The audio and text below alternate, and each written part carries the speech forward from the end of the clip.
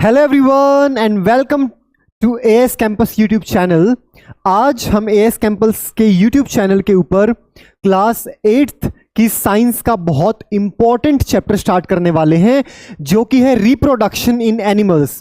Class 7th के अंदर आपने रिप्रोडक्शन इन प्लांट्स को पढ़ा था, तो इस क्लास के अंदर हम रिप्रोडक्शन एनिमल्स के अंदर पढ़ेंगे कि एनिमल्स के अंदर रिप्रोडक्शन कैसे होता है। बच्चों, हम भी एनिमल की ही कैटेगरी में आते हैं, तो इसलिए आज इस पूरे चैप्टर को हम वन शॉट में कवर करने वाले हैं। देखिए बच्चों, जब कोई बच्चा 8th क्लास में होता है तो काफ़ी सारी चीज़ें जो हैं वो थोड़ा सा एडवांस लेवल पर आ जाती हैं छोटी क्लासेस के मुकाबले। और 8th क्लास बहुत इंपॉर्टेंट क्लास भी होती है, क्योंकि जो साइंस का सिलेबस होता है 9th का जो है 7th क्लास से मैच करता है, और 10th क्लास का जो सिलेबस है साइंस का वो 8th क्लास से लगभग मैच करता है। तो जो 8th क्लास है, आगे हमारी फर्स्ट जो हम बोर्ड की क्लास देंगे, बोर्ड की क्लास के एग्जाम देंगे, वो है 10th क्लास। लेकिन अगर आपने 8th क्लास को अच्छे से पढ़ लिया, 8th क्लास को अच्छे से बड़े ध्यान से कॉन्सेप्ट्स को क्लियर कर लिया, तो 10th क्लास में चलकर, बोर्ड की क्लास में चलकर आपको ज़्यादा प्रॉब्लम्स को फेस नहीं करना पड़ेगा।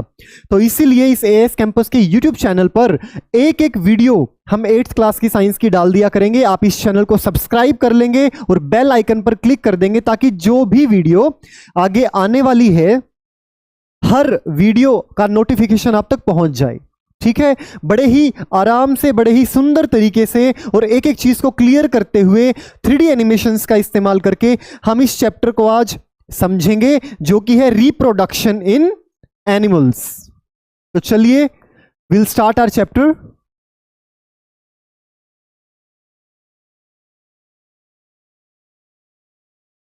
देखिए बच्चों, रिप्रोडक्शन इन एनिमल्स को पढ़ने से पहले, क्योंकि हमने पिछली बार प्लांट्स में पढ़ा था 7th क्लास के अंदर, सबसे पहले हमारे को यही समझना है कि रिप्रोडक्शन क्या होता है। अगर हमें रिप्रोडक्शन नहीं पता तो क्या एनिमल क्या प्लांट, सबसे पहली बात तो क्या आती है कि रिप्रोडक्शन ही क्या होता है। और ये 8th क्लास की एनसीईआरटी में है। इसका मतलब क्या है, जिस एज से आप गुजर रहे हैं इसकी नॉलेज भी होनी चाहिए आप बच्चों को, क्योंकि जब एक बच्चा 8वीं क्लास के अंदर होता है तो उसको वो प्यूबर्टी की एज में एंट्री कर लेता है। ठीक है, एडोलेसेंस में एंट्री कर लेता है, और बहुत सारे हार्मोनल चेंजेस आना शुरू हो जाते हैं किसी भी बच्चे के अंदर। तो इसीलिए जो है गवर्नमेंट ने 8th क्लास की साइंस में ये चैप्टर डाला है, रिप्रोडक्शन इन एनिमल्स। तो रिप्रोडक्शन बेसिकली होता क्या है, सबसे पहले तो हमें वही समझना है। रिप्रोडक्शन जो है बच्चों, वो दो शब्दों से मिलके बना है, री और प्रोडक्शन। री मतलब दोबारा से, री मतलब दोबारा,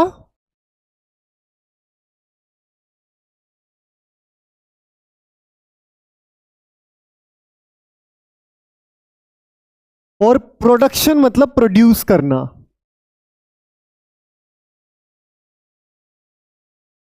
तो what is reproduction? Basically reproduction एक बायोलॉजिकल प्रोसेस है जिसमें कोई भी ऑर्गेनिज्म अपने जैसे बच्चे पैदा करता है।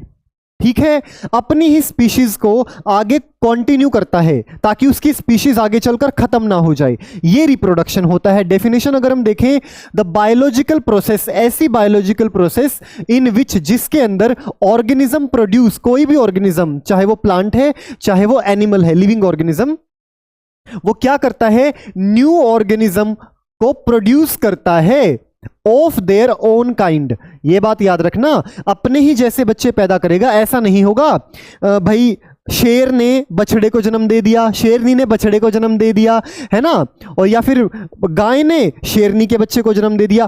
क्या होगा, अपने जैसे ही बच्चे पैदा करेंगे ऑफ देयर ओन काइंड्स। ठीक है, अब देखो बच्चों, हमारी लाइफ में ना काफी सारी प्रोसेसेस होती हैं, लाइफ प्रोसेस जिनको हम बोलते हैं। लाइफ का मतलब क्या होता है, लिविंग, और हम भी क्या हैं, हम भी लिविंग हैं। तो इसीलिए कितनी सारी प्रोसेसेस हैं जिनको हम लाइफ प्रोसेसेस बोलते हैं। अब उनमें से एक लाइफ प्रोसेस है, वो क्या है, रिप्रोडक्शन।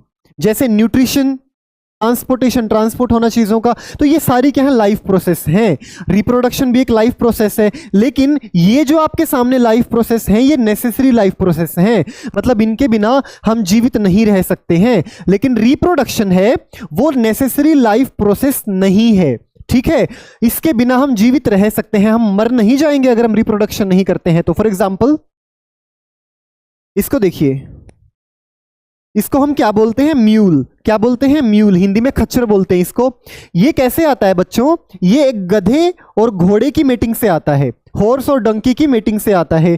ठीक है, इसमें क्या होता है, जो ये म्यूल हमारे पास आता है, ये आगे स्टेराइल होता है, आगे रिप्रोड्यूस नहीं कर पाता, आगे रिप्रोड्यूस नहीं कर सकता है। तो क्या ये मर जाता है? ये तो अच्छे से अपना जीवन जीता है ना। बनाना जो ट्री है उसमें सेक्सुअल रिप्रोडक्शन नहीं होता है। ठीक है, तो ये भी अपना ठीक ठाक रहता है भाई, ठीक ठाक अपनी लाइफ स्पेन निकालता है। बड़े बड़े साधु सन्यासी महात्मा या फिर और भी बहुत सारे लोग होते हैं जो बाल ब्रह्मचारी होते हैं, जो पूरी लाइफ रिप्रोडक्शन नहीं करते, तो क्या वो मर जाते हैं? बिल्कुल भी नहीं मरते। इसका मतलब क्या है? रिप्रोडक्शन जो है वो लाइफ प्रोसेस तो है, बायोलॉजिकल प्रोसेस है, लेकिन एसेंशियल लाइफ प्रोसेस नहीं है। आई होप आपको रिप्रोडक्शन क्लियर हुआ। इसके बाद एडवांटेजेस क्या क्या होगी रिप्रोडक्शन की? भाई हर इंसान जो है वो रिप्रोड्यूस करता है, उसकी क्या बेनिफिट है? भाई किसी चीज में हमारा फायदा नहीं होगा तो हम उस चीज को करेंगे ही क्यों? तो रिप्रोडक्शन अगर हम करते हैं तो उसके बेनिफिट क्या हैं, उसके एडवांटेजेस क्या हैं? कोई ना कोई तो उसके एडवांटेजेस होंगे रिप्रोडक्शन के, वो देखिए। सबसे पहली बात तो है बच्चों, रिप्रोडक्शन के थ्रू वो हमारी जितनी भी स्पीशीज है अर्थ के ऊपर वो कंटिन्यू रहती है। फॉर एग्जाम्पल मैं हूं अभी, जैसे ह्यूमन बींग्स हैं, ठीक है, ह्यूमन बींग्स हैं, और ह्यूमन बींग्स अगर मैं 500 साल के बाद देखूं तो भी इस धरती पर ह्यूमन बींग्स होंगे, इंसान होंगे इस धरती के ऊपर। क्यों होंगे? क्योंकि हम जो हैं, हमारी जो आज की जनरेशन है वो क्या करेगी? रिप्रोड्यूस करेगी, अपने ही बच्चे पैदा करेगी, फिर नेक्स्ट जो जनरेशन आएगी वो अपने बच्चे पैदा करेगी, फिर अगली जनरेशन अपने बच्चे पैदा करेगी। ऐसा करते करते रिप्रोड्यूस तो करते जा रहे हैं सभी। अगर रिप्रोड्यूस नहीं करेंगे, मान लो ऐसा मान के चलते हैं कि जितने भी इंसान अभी धरती पर हैं उन्होंने एकदम से बोल दिया हम रिप्रोड्यूस नहीं करेंगे, we will not do reproduction, तो क्या होगा? अगली जनरेशन ही नहीं आएगी और 100-200 साल के बाद इस पूरी धरती से इंसान खत्म हो जाएंगे। तो स्पीशीज जो है, कोई भी स्पीशीज वो कंटिन्यू रहती है, किसकी वजह से? रिप्रोडक्शन की वजह से। और दूसरी बात, ये वेरिएशन क्रिएट करता है, मतलब रिप्रोडक्शन की वजह से डाइवर्सिटी आती है सोसाइटी के अंदर। डाइवर्सिटी कहने का मतलब क्या है बच्चों? देखो मैं हूं, ठीक है, मेरे पड़ोस में चिड़िया भी है, अलग अलग इंसान हैं, डॉग्स भी हैं, कितनी सारी डाइवर्सिटी के जो प्राणी हैं वो रहते हैं। तो इसलिए ही तो इतनी सुंदर है ये पृथ्वी। मान लो सारी धरती पे केवल इंसान ही इंसान हो, सारी धरती पे केवल फ्लावर ही फ्लावर हो, अच्छा थोड़ा लगेगा? तो बैलेंस है, अलग अलग स्पीशीज हैं, डाइवर्सिटी है, वो किसकी वजह से हो रहा है? रिप्रोडक्शन। भाई हर स्पीशीज रिप्रोड्यूस करती है और हर स्पीशीज अपने नंबर को क्या करती है? कंटिन्यू करती है। तो इसीलिए पहला बेनिफिट क्या होगा? स्पीशीज की कंटिन्यूटी को मेंटेन करेगा, रिप्रोडक्शन की वजह से वो होगा।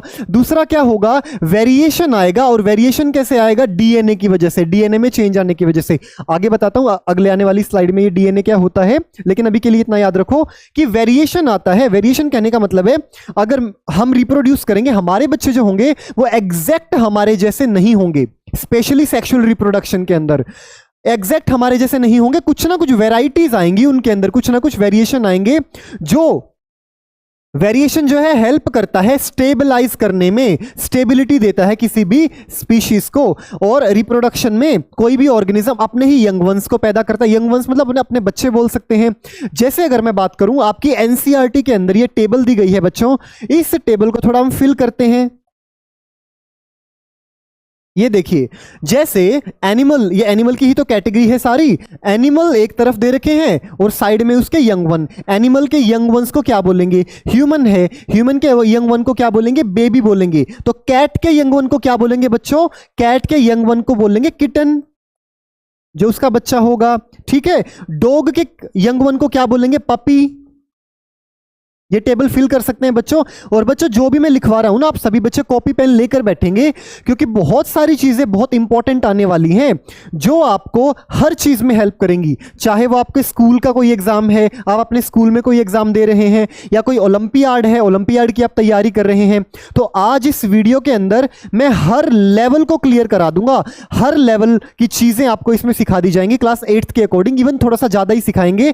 तो कॉपी पेन आपको लेकर बैठना है बच्चों, ठीक है। हैन है, हैन के बच्चे को क्या बोलेंगे? चिक बोलेंगे, ठीक है। काव है, काव के बच्चे को क्या बोलेंगे? काफ बोलेंगे, ठीक है। बटरफ्लाई है, बटरफ्लाई के बच्चे को क्या बोलेंगे? कैटरपिलर बोलेंगे।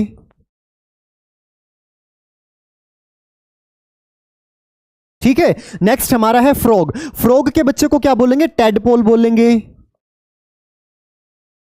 तो ये टेबल आप फिल कर सकते हैं बच्चों यहां से कि जो एनिमल्स है उनको क्या बोलेंगे और उनको यंग वंस को, उनके बच्चों को हम क्या बोलेंगे। ठीक है, अभी आगे चलते हैं। नेक्स्ट स्लाइड हमारी है, मैंने आपको बताया बच्चों डीएनए के अंदर क्या आएंगी? वेरिएशंस आएंगी। अब ये डीएनए क्या होता है? देखो, हम सारे के सारे लिविंग ऑर्गेनिजम्स हैं वो किनसे मिलकर बने हैं? सेल से मिलकर बने हैं। किससे मिलकर बने हैं? सेल। मान लो ये हमारी सेल है, उस सेल के अंदर एक क्या होता है बच्चों? न्यूक्लियस होता है। क्या होता है? न्यूक्लियस। मान लिया ये हमारा न्यूक्लियस है। अब इस न्यूक्लियस के अंदर होता है डीएनए। इस न्यूक्लियस के अंदर क्या होता है? डीएनए। पहले तो वो क्रोमेटीन की फॉर्म में होगा, ये चलो आप ये मान के चलिए, क्योंकि ज्यादा हाई लेवल पे जाएंगे तो वो 10th क्लास को हम टच कर लेंगे। तो ये होता है इसके अंदर डीएनए। जब भी एक ऑर्गेनिज्म रिप्रोड्यूस करता है, मतलब अपने बच्चे पैदा करता है, तो ये सेल जो है वो डिवाइड हो जाती है।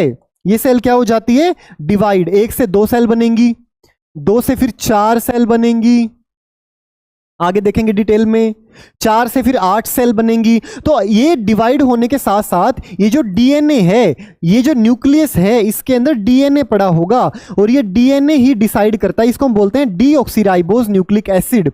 इस डीएनए में सारी की सारी इंफॉर्मेशन होती है। इसका कहने का मतलब है कि हमारे जो बच्चे होंगे उनकी नाक कैसी होगी, उनका स्किन का कलर कैसा होगा, उनके बालों का रंग कैसा होगा, उनके बाल कैसे होंगे, ठीक है, उनकी हाइट कितनी होगी, ये सारी की सारी इंफॉर्मेशन किसके अंदर होती है? डीएनए के अंदर होती है। और ये डीएनए कहां पर होता है? न्यूक्लियस के अंदर। और ये न्यूक्लियस कहां पर होता है? सेल के अंदर। ठीक है, तो जब भी रिप्रोडक्शन होगा डीएनए के अंदर क्या आएंगे? चेंजेस आएंगे। तो इन डीएनए के अंदर चेंजिंग आने की वजह से वैरायटीज हमारे को अलग अलग ऑर्गेनिजम्स की देखने को मिलेंगी। ठीक है, इसीलिए जो एक ऑर्गेनिज्म होगा वो एग्जैक्ट कॉपी नहीं होगा अपने पेरेंट्स का, कुछ ना कुछ उसमें अलग चीजें मिलेगी। क्यों? क्योंकि कुछ डीएनए आएगा मदर की तरफ से, कुछ डीएनए आएगा फादर की तरफ से, आधा डीएनए इसका, आधा डीएनए इसका। तो बच्चे में किसका डीएनए जाएगा? मदर का भी फादर का भी, दोनों के कैरेक्टर्स जाएंगे। तो थोड़ा सा बच्चा मम्मी के जैसा होगा, थोड़ा सा बच्चा पापा के जैसा होगा, तो है ना, कुछ ना कुछ अलग मिलेगा, फिर उनके बच्चे उनसे अलग मिलेंगे। तो ये प्रोसेस चलती है। नेक्स्ट बच्चों, जो मोड ऑफ रिप्रोडक्शन, इसको टाइप्स ऑफ रिप्रोडक्शन बोल दो या मोड ऑफ रिप्रोडक्शन बोल दो। 2 तरीके का रिप्रोडक्शन होता है लिविंग ऑर्गेनिजम्स के अंदर, एक तो एसेक्सुअल रिप्रोडक्शन, एक सेक्सुअल रिप्रोडक्शन।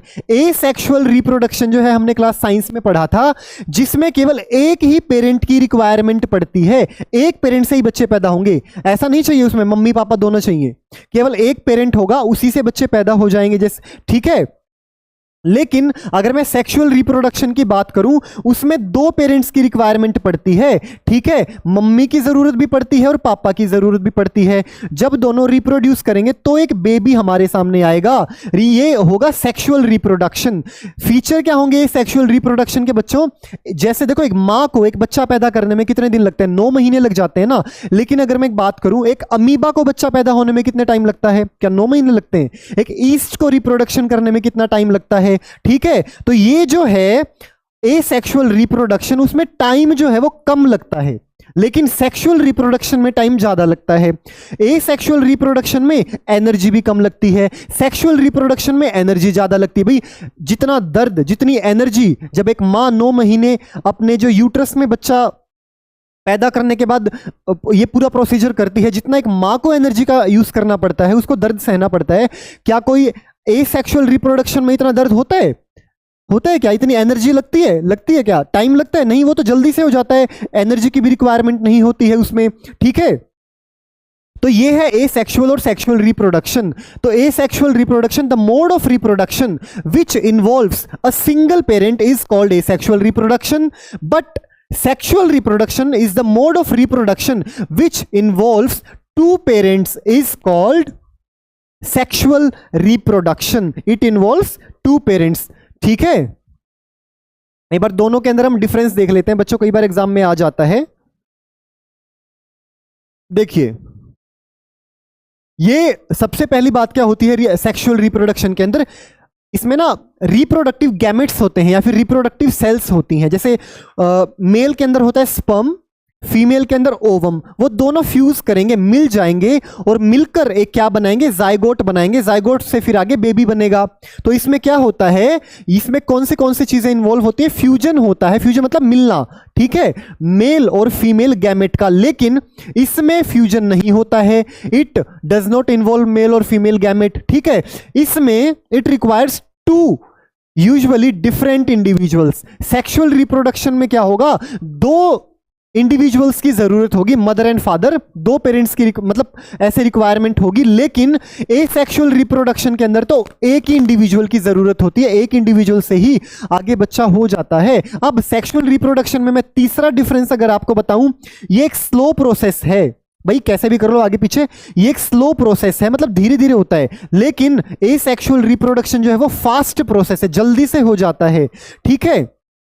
अब फोर्थ अगर मैं डिफरेंस पढ़ूं, जो इंडिविजुअल्स होते हैं वो आइडेंटिकल, मैंने आपको बताया ना सेक्सुअल रिप्रोडक्शन में क्या होगा, कुछ इंफॉर्मेशन आएगी मदर से, कुछ फादर से, तो बेबी जो होगा वो एग्जैक्ट किसके जैसा होगा, ना मदर के जैसा ना फादर के जैसा, लेकिन एग्जैक्ट नहीं होगा, लेकिन दोनों के गुण होंगे इसके अंदर। तो इसमें आइडेंटिकल नहीं होगा अपने पेरेंट के, ठीक है। थोड़ी बहुत वेराइटीज उसमें आएंगी, वेरिएशन शो करेगा, ठीक है, एक दूसरे से, अपने पेरेंट्स से। लेकिन इसमें क्या होगा, बहुत हाई चांसेस हैं जो बेबी होगा, जो इंडिविजुअल होगा, वो एग्जैक्ट किसके जैसा होगा, बहुत हाई चांसेस हैं इस चीज के, वो किसके जैसा होगा, अपने पेरेंट्स के जैसा होगा, ठीक है। नेक्स्ट हमारे सामने क्या है, जो एनिमल्स जितने भी हैं वो मोस्टली क्या करते हैं, सेक्सुअली रिप्रोड्यूस करते हैं, ठीक है। कुछ एक ऐसे भी हैं जो सेक्सुअल और एसेक्सुअल दोनों मोड ऑफ रिप्रोडक्शन भी करते हैं। मतलब एनिमल्स जो हैं वो क्या करते हैं, सेक्सुअल कॉन्टैक्ट से भी बच्चे पैदा कर सकते हैं, एसेक्सुअल मेथड से भी बच्चे पैदा कर सकते हैं, ठीक है। लेकिन एसेक्सुअल मोड ऑफ रिप्रोडक्शन में बेसिकली कौन कौन होते हैं, कौन कौन से ऑर्गेनिज्म होते हैं, जैसे एल्गी है, फंजाई है, स्मॉल ऑर्गेनिजम्स जो होते हैं वो किस में आएंगे बच्चों, एग्जांपल देख लेंगे, एल्गी एंड फंजाई एसेक्सुअल के अंदर, ठीक है। अब ह्यूमंस किसके अंदर आएंगे बच्चों, ह्यूमंस में दो पेरेंट की रिक्वायरमेंट है ना, तो ह्यूमन आएंगे सेक्सुअल रिप्रोडक्शन के अंदर।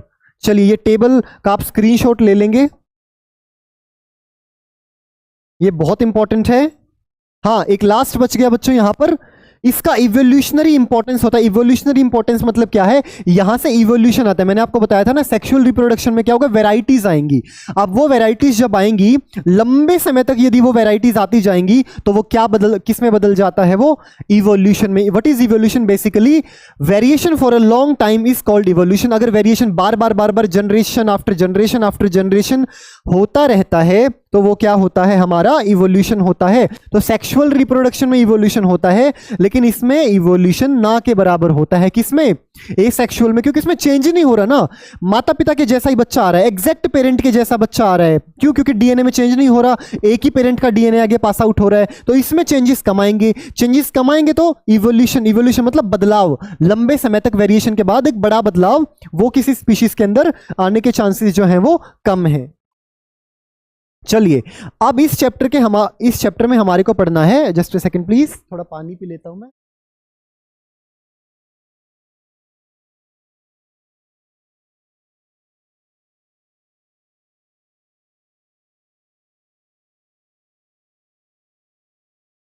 देखिए सेक्सुअल रिप्रोडक्शन के अंदर क्या होगा बच्चों, सेक्सुअल रिप्रोडक्शन के अंदर क्या होगा बच्चों, एक मेल पेरेंट होगा, एक फीमेल पेरेंट होगा, मतलब एक मेल और एक फीमेल, दो होंगे इंडिविजुअल्स, ठीक है। मेल अपना गैमेट भेजेगा, फीमेल अपना गैमेट भेजेगी, और जैसे मेल के अंदर होता है स्पर्म, फीमेल के अंदर ओवम, ये दोनों मिल जाएंगे और दोनों मिलकर एक क्या बना देंगे, जाइगोट बना देंगे। जाइगोट से फिर आगे एम्ब्रियो, उसके बाद फीटस, फिर एक न्यूबॉर्न बेबी। तो इसमें क्या होता है, it is defined as the production of new individual, किसी भी नए इंडिविजुअल को प्रोड्यूस करना by combination of genetic information. Genetic information किसको बोलेंगे, डीएनए को, ठीक है। इसमें क्या होगा, दो इंडिविजुअल्स की जो जेनेटिक इंफॉर्मेशन है वो आपस में क्या हो जाएगी, कंबाइन हो जाएगी, अलग अलग सेक्सेस के, मतलब कि एक मेल होगा तो दूसरा फीमेल, ठीक है। तो ये होगा सेक्सुअल रिप्रोडक्शन के अंदर। अब बच्चों मैंने आपको बताया स्पर्म एंड ओवम, ये स्पर्म एंड ओवम क्या है, इनके बारे में हम डिटेल में पढ़ते हैं। देखिए बच्चों, जब भी जब भी मेल को और फीमेल को रिप्रोड्यूस करना है तो कुछ सेल्स होती हैं हमारी बॉडी के अंदर, ठीक है। हमारी बॉडी के अंदर दो टाइप की सेल होती हैं, एक तो सोमेटिक सेल और एक रिप्रोडक्टिव सेल। सोमेटिक सेल कौन सी होंगी? जो रिप्रोडक्शन में पार्टिसिपेट नहीं करेंगी। हमारी पूरी पूरी जो बॉडी है ना वो सेल से ही तो मिलके बनी है, सेल से ही मिलके बनी है, सारी बॉडी में सेल्स ही तो हैं। तो दो टाइप के होंगे, सोमेटिक और रिप्रोडक्टिव सेल्स। सोमेटिक सेल्स कौन से होंगे? हमारे जितने भी स्पर्म एंड ओवम को छोड़ के जितने भी हमारी बॉडी के अंदर सेल्स बच गए वो सोमेटिक बोल देंगे। जैसे रेड ब्लड सेल है, व्हाइट ब्लड सेल है, नर्व सेल है, ठीक है। तो ये सारी की सारी जो सेल हैं वो कौन सी होंगी? सोमेटिक। लेकिन रिप्रोडक्टिव सेल्स कौन सी होंगी? जो रिप्रोडक्शन में पार्टिसिपेट करेंगी, बच्चे पैदा करने में पार्टिसिपेट करेंगी, वो सेल्स। तो मेल के अंदर वो कौन सी होगी? स्पर्म। ये है हमारा स्पर्म, ठीक है। और फीमेल के अंदर कैसी होगी? क्या होगा? ओवम। क्या होगा? ओवम। भाई यहां से आप प्यूबर्टी की एज में आते हैं तो यहां से मेन नॉलेज आनी स्टार्ट हो जाती है। अब तक तो हमने कहानियों में, हमारी दादी नानी सब कहानी सुना देती थी कि भाई रिप्रोडक्शन, बच्चा पैदा कैसे होता है, रिप्रोडक्शन कैसे होता है। एक रानी परी आती है और वो ऐसे छड़ी घुमाती है और बच्चे को पेट में डाल जाती है ना। छोटे छोटे बच्चों को तो यही बताया जाता है ना भाई लेकिन जो ओरिजिनल जो प्रोसेस होती है वो कैसे होती है, अब हमारे को पता लगा है कि वो कैसे होगी।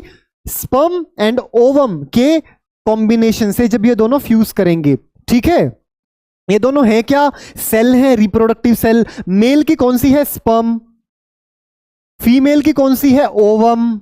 ये हमारा स्पर्म है, ये हमारा ओवम है। दिखने में कुछ ऐसा होता है स्पर्म, ठीक है। ये उसका फ्लैजिला होता है, टेल भी बोल सकते हैं, जो इसको आगे मूवमेंट करने में हेल्प करता है, क्योंकि इसको जाना पड़ता है ह्यूमन की विजाइना तक। तो मूवमेंट किसको करनी पड़ेगी? इसको करनी पड़ेगी, ठीक है। तो ये हमारा है टेल पार्ट किसका? स्पर्म का। ये हमारा है मिडल पीस जो एनर्जी देता है पूरे के पूरे स्पर्म को। यहाँ पे माइटोकॉन्ड्रिया पाए जाते हैं। माइटोकॉन्ड्रिया क्या होते हैं? Power house of the cell. और ये क्या है? ये पूरा एक सेल ही तो है। तो यहाँ पर माइटोकॉन्ड्रिया इसको एनर्जी देंगे आगे बढ़ने के लिए, ठीक है, जीवित रहने के लिए। तो ये हमारा हो गया हेड। हेड का मतलब सबसे आगे वाला हिस्सा, ठीक है। और ये हमारा है ओवम, ये इसका न्यूक्लियोलस है, न्यूक्लियस है, ये पूरा ओवम का स्ट्रक्चर है। तो इन दोनों के बारे में देखते हैं बच्चों एक बार।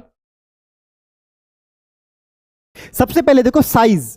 स्पर्म जो है साइज में बहुत छोटा होता है, ओवम साइज में काफी बड़ा होता है। अगर मैं बात करूं, मैंने बताया ना हमारी ह्यूमन बॉडी के अंदर कितने टाइप्स की सेल हैं। अगर मैं ह्यूमन बॉडी की बात करूं, ह्यूमन बॉडी का सबसे छोटा सेल कौन सा होता है? Sperm cell.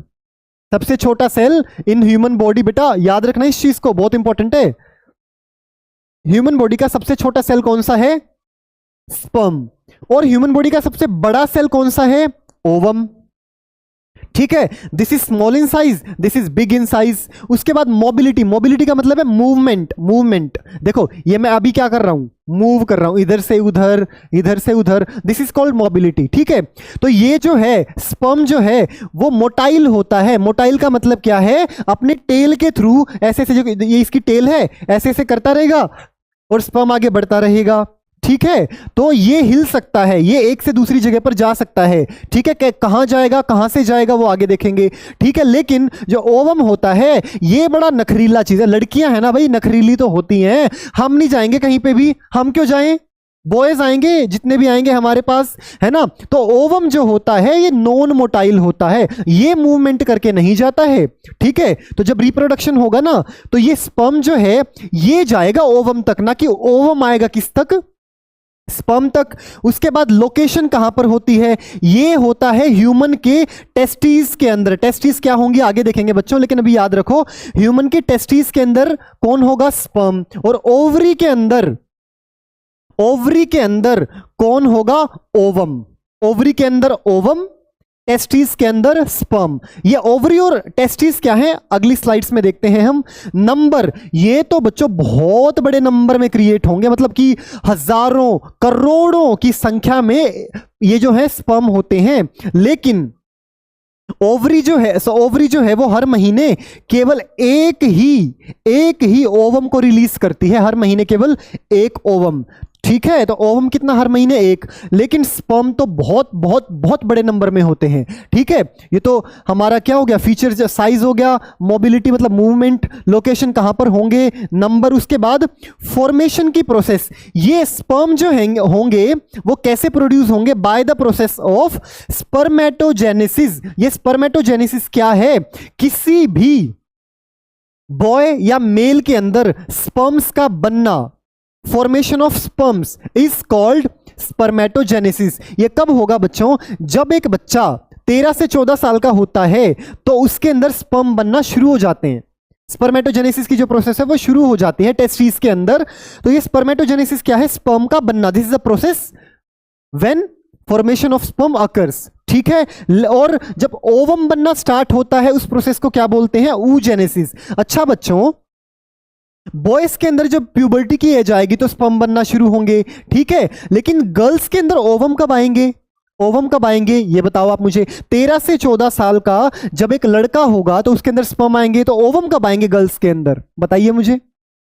ओवम बच्चों किसी भी फीमेल के अंदर बाय बर्थ होते हैं, जन्म के साथ ही उनकी ओवरीज, 2 ओवरीज होती हैं, पेयर ऑफ ओवरी होता है, उनके अंदर पहले से ही क्या पड़े हुए होते हैं, हमारे ओवम पड़े हुए होते हैं, फीमेल गैमेट्स, लेकिन ये इमेच्योर फॉर्म में होते हैं बिल्कुल। ठीक है, इमेच्योर फॉर्म में। ये मेच्योर कब होंगे, मेच्योर कब होंगे, जब एक फीमेल जो है वो अपने प्यूबर्टी की एज में आएगी, 13 से 14 साल, कई बार 12 भी वेरी कर सकता है, 12, 13, 14, इस एज के अंदर ये जो ओवम है ये मेच्योर होना शुरू हो जाएंगे, और इसी उम्र के अंदर जो है स्पर्म बनना शुरू होंगे। ये आप याद रखना, मेल्स के अंदर 13 से 14 साल की उम्र में स्पर्म बनना शुरू होंगे, फीमेल में बाय बर्थ होंगे, लेकिन मैच्योर कब होना शुरू होंगे, 12 से 14 साल की उम्र के अंदर। तो ये थे हमारे मेल गैमेट और ये है हमारा फीमेल गैमेट। सारी स्टोरी ही इनके ऊपर है। अब आगे चलकर तो हमें पता होना चाहिए कि स्पर्म क्या होता है और ओवम क्या होता है। ठीक है,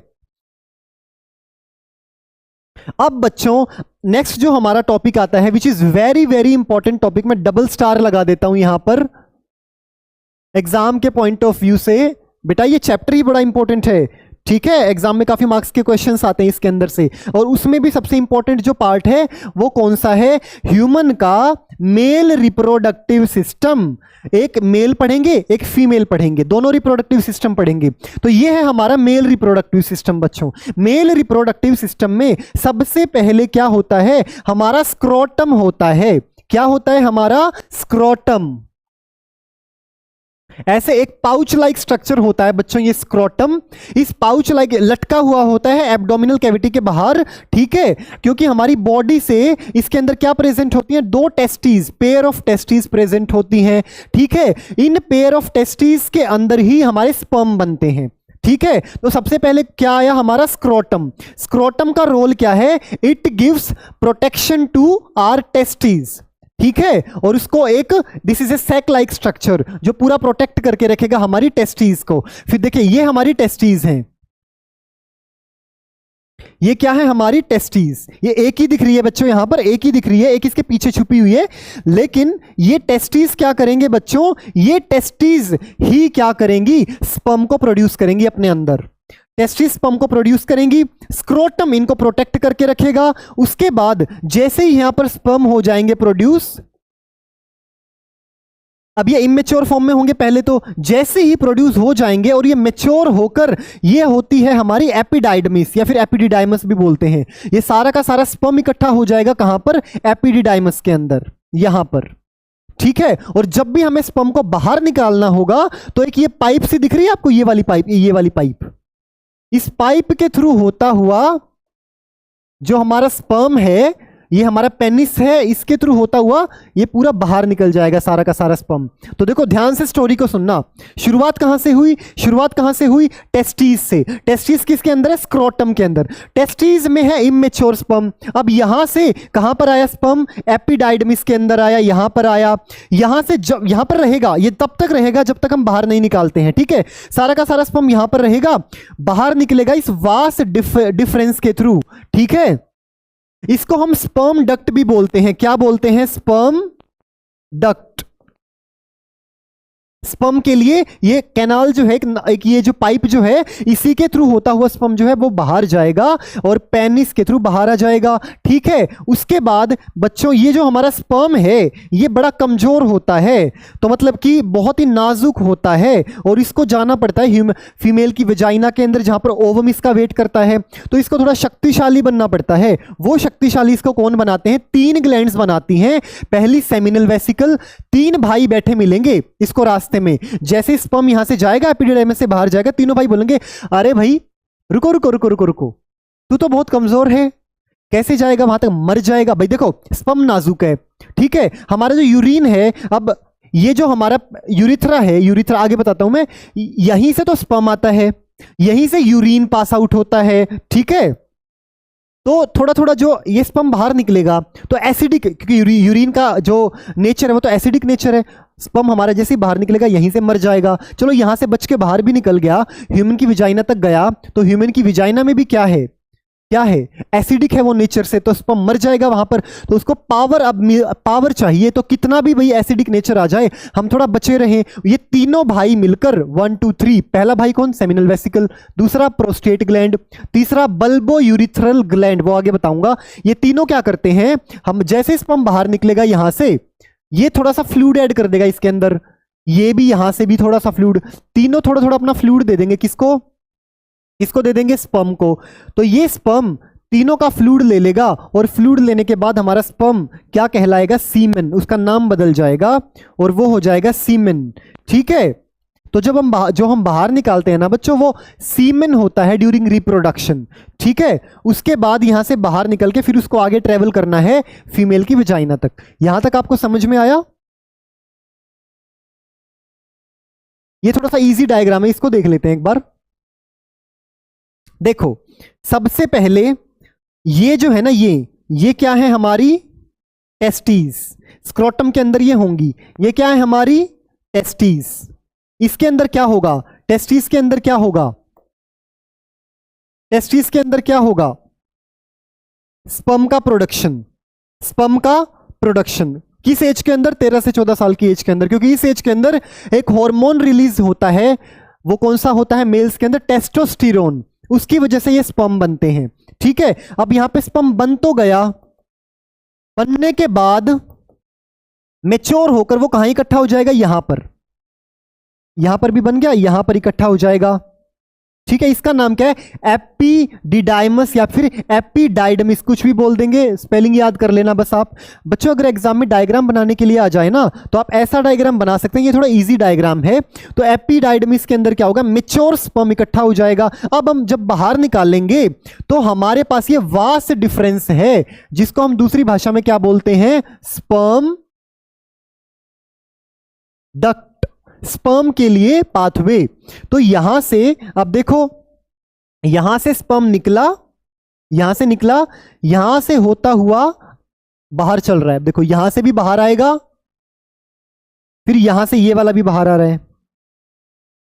ये जो हमारी स्पर्म डक्ट है या फिर वास्ट डिफरेंस है बच्चों, स्पर्म डक्ट या वास्ट डिफरेंस, ये भी पेयर में ही होती है मेल के अंदर। यहां से बाहर आया, अब बाहर ये कमजोर है बेचारा, हाय कभी मैं मर ना जाऊं भाई, अब कौन मेरी हेल्प करेगा। 3 भाई, कौन कौन से भाई, 1 2 एंड 3।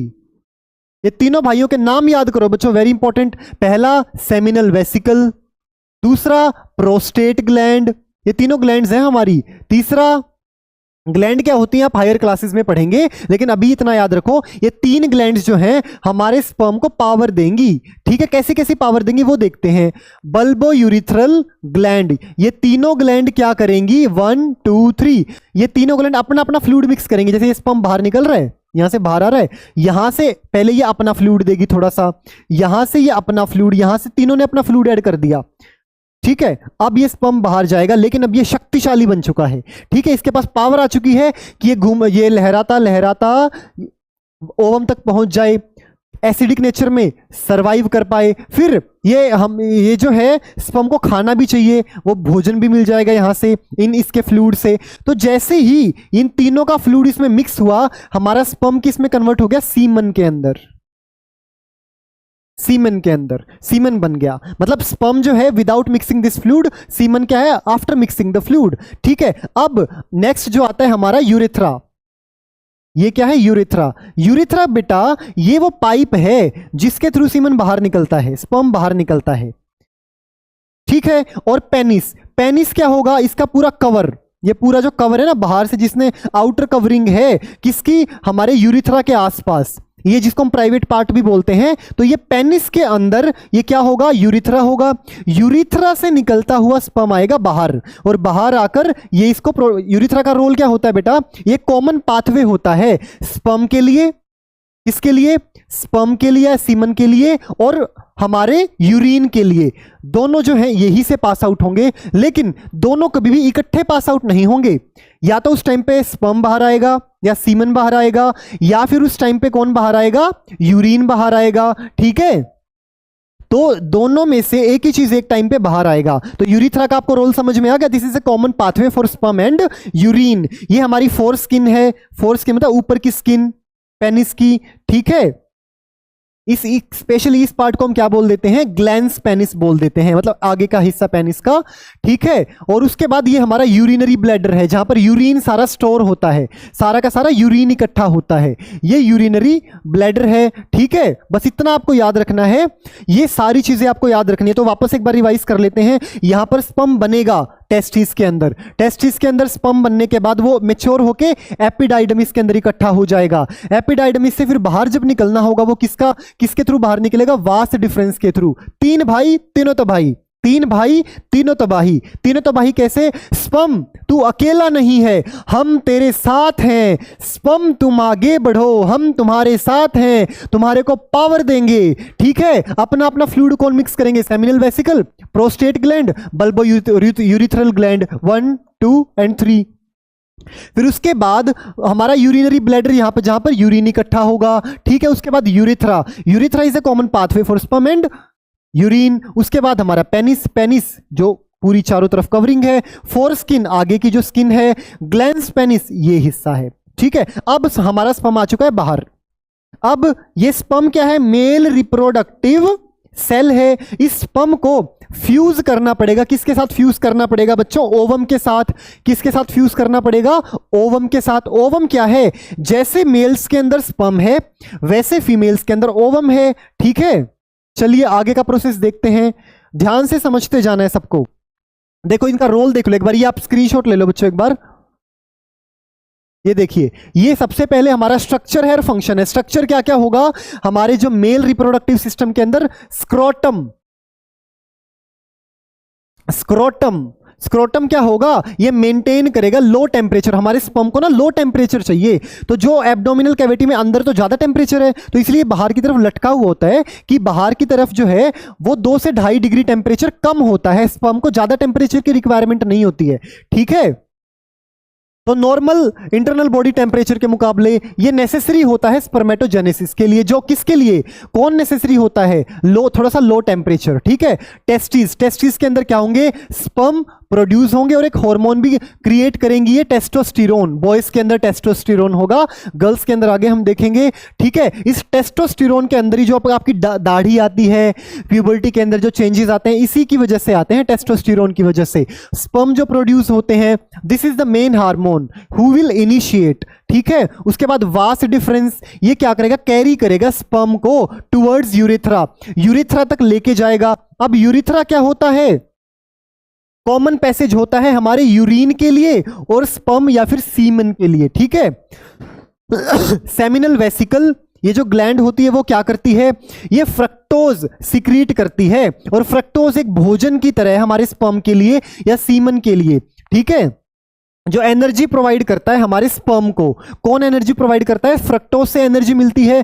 फ्रक्टोज कौन मिलाता है हमारे स्पर्म के अंदर, सेमिनल वेसिकल, सेमाइनल वेसाइकल भी बोलते हैं कई लोग। उसके बाद दूसरा, तीन भाई तीनों तो भाई, पहला तो ये, दूसरा भाई प्रोस्टेट ग्लैंड। प्रोस्टेट ग्लैंड जो है एल्कलाइन बफर से, मतलब एल्कलाइन नेचर, जो यूरिनिक जो नेचर है ह्यूमन की विजाइना में, मेल के पेनिस में, यूरिथ्रा में, उनसे बचाएगा। कौन बचाएगा, प्रोस्टेट ग्लैंड। और तीसरा है बच्चों बल्बो यूरिथ्रल ग्लैंड, आगे की स्लाइड में देखेंगे, वो भी क्या करेगा, उसको मूवमेंट में हेल्प करेगा स्पर्म को। तो एक क्या करेगा, फ्रक्टोज देगा ताकि हमारे भाई वो छोटा बेबी ही तो है, उसी से तो आगे बच्चा बनेगा, उसको खाना भी तो चाहिए, तो खाना कौन देगा?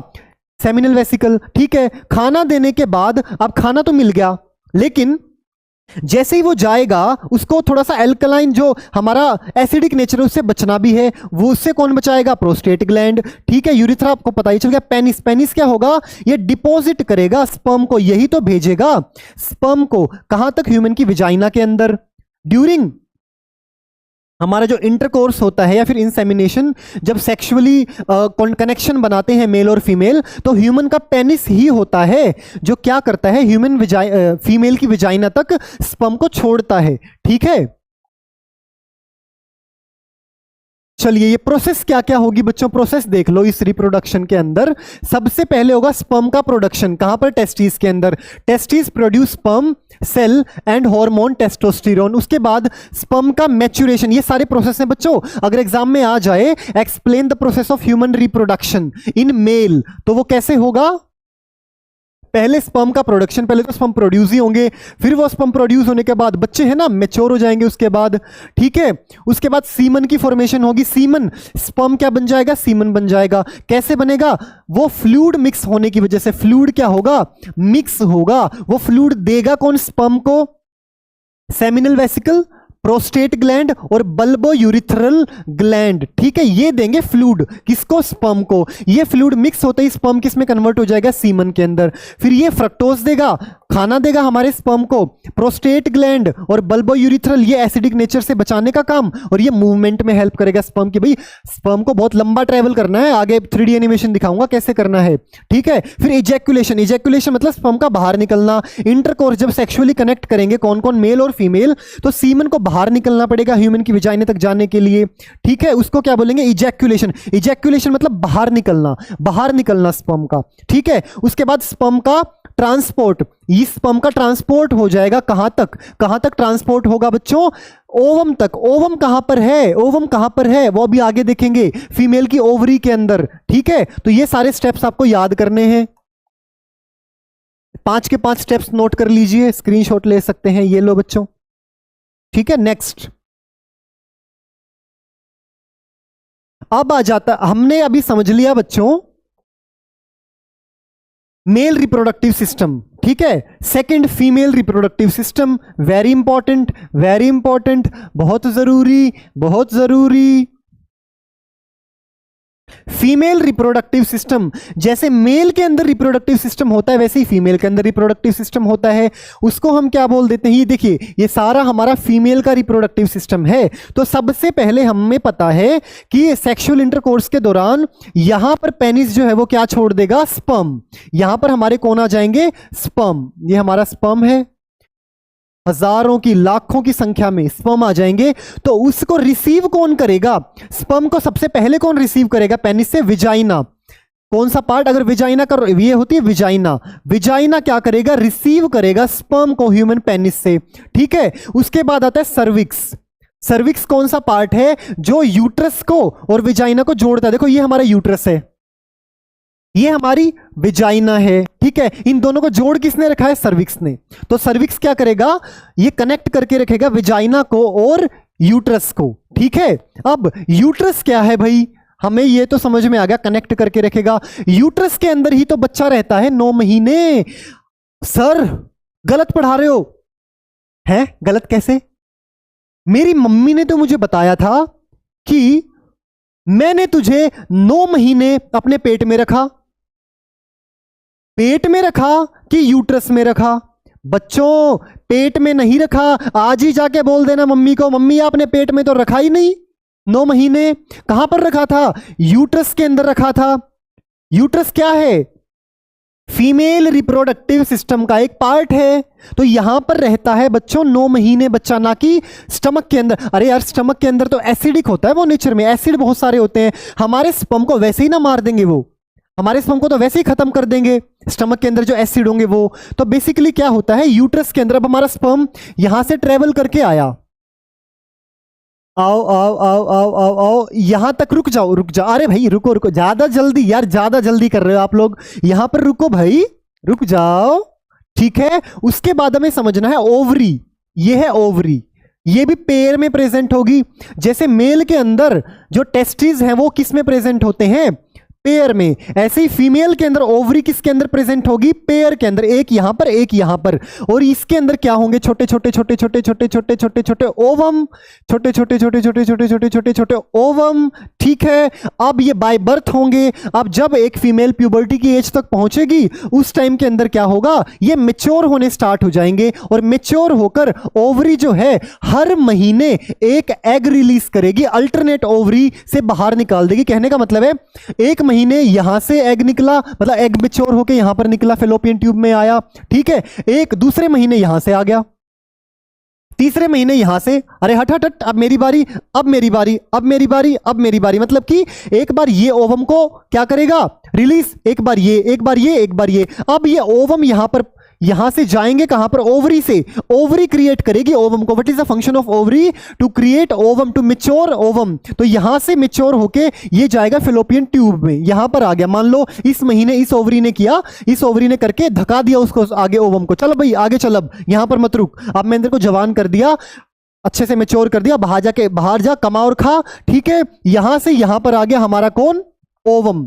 अब ये बैठा है स्पर्म, स्पर्म आया, ये वेट में है, मुझे किससे मिलना है, स्पर्म से, ओवम से। ओवम किसकी वेट में है, स्पर्म। ये दोनों एक दूसरे का वेट कर रहे हैं। अब यहां तक आया, यहां चलेगा, कुछ स्पर्म यहां पर जाएंगे, कुछ स्पर्म यहां पर जाएंगे। देखो बच्चों, आधे स्पर्म तो रास्ते में ही मर जाएंगे, क्योंकि स्पर्म को, एक ही स्पर्म को, ये जो हमारा ओवम है ना, गर्ल्स के अंदर जो ये रिप्रोडक्टिव सेल है, ये क्या कहेगा, है एक ही स्पर्म को एंट्री है, दो को एंट्री भी नहीं है। तो आए कितनी संख्या में, हजारों लाखों की संख्या में, एंट्री कितने की, एक की। तो बाकी कहां गए, बाकी कहां गए आशीष सर, बाकी क्या करेंगे, आधे तो रास्ते में ही मर जाएंगे ड्यू टू एसिडिक नेचर। भाई कुछ कुछ तो रास्ते में ही मर जाएंगे, कुछ पहुंच ही नहीं पाएंगे विजाइनी तक, बाहर ही खत्म हो जाएंगे, कुछ यहां तक रास्ते में ही दम तोड़ देंगे।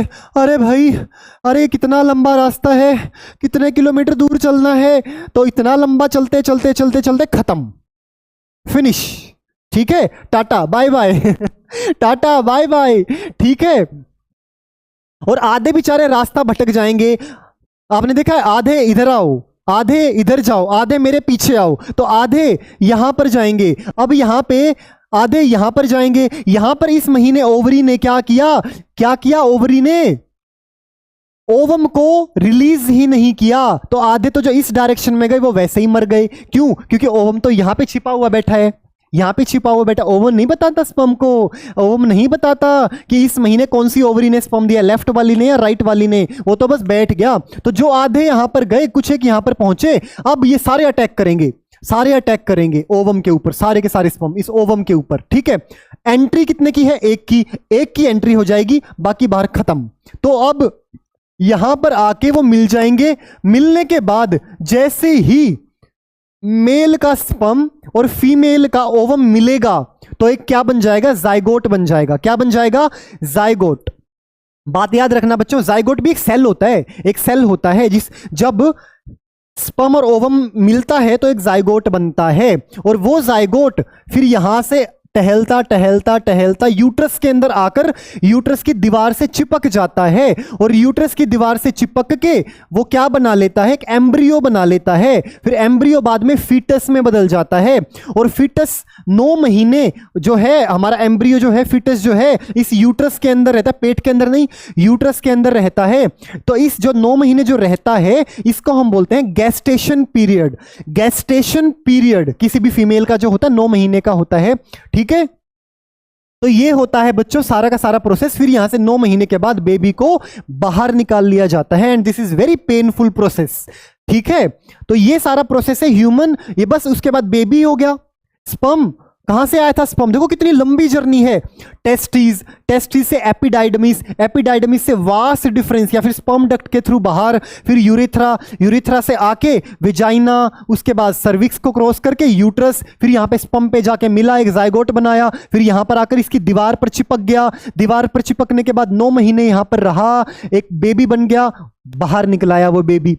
This is reproduction. हो गया रिप्रोडक्शन। बधाई हो, बधाई हो, बधाई हो, लड़का हुआ है। अरे लड़की भी तो हो सकती है, लड़की हुई है भाई, दिस इज रिप्रोडक्शन। ओके। चलिए, तो आपको सबका रोल समझ में आया। विजाइना का रोल क्या है, सर्विक्स का क्या है। अच्छा, फेलोपियन ट्यूब क्या है? ये एक ऐसी ट्यूब होती है बच्चों, ये एक ऐसी ट्यूब होती है जो ओवरी को कनेक्ट करती है यूट्रस के साथ। और ओवरी सबसे पहले, ऐसा तो है नहीं ओवरी यहां से भेज देगी किसको, ओवम को। पहले फेलोपियन ट्यूब में ही आएगा हमारा ओवम, यहां पर ही आएगा हमारा ओवम, ठीक है। और फेलोपियन ट्यूब में आने के बाद यहीं पर स्पर्म आएगा, और स्पर्म यहां पर आकर क्या करेगा, यहीं पर मिलेगा किससे, ओवम से। चलो, अब थोड़ा सा इसको हम नोट्स की फॉर्म में देख लेते हैं बच्चों। सबसे पहले फंक्शन देख लेते हैं। ओवरी का फंक्शन क्या है, एग को प्रोड्यूस करना, या फिर ओवा एग ओवम एक ही बात है, ठीक है।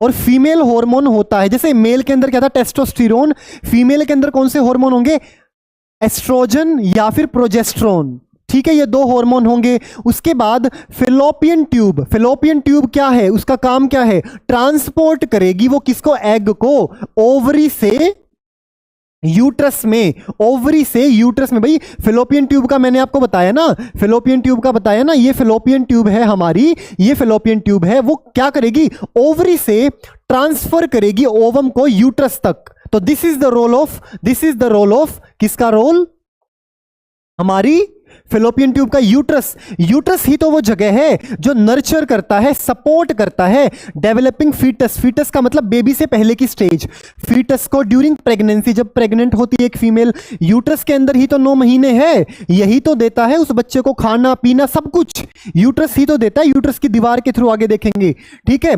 सर्विक्स क्या करता है बच्चों, ये कनेक्ट करता है यूट्रस को विजाइना से। मैंने बताया था ना, विजाइना को यूट्रस से कनेक्ट जो पार्ट करेगा वो कौन सा होगा, सर्विक्स होगा, ठीक है। ये अलाउ करेगा पैसेज को, मतलब पैसेज मतलब रास्ता देगा स्पर्म को, ठीक है। एंड मेंस्ट्रुएशन फ्लो बच्चों हायर क्लासेस में आएगा।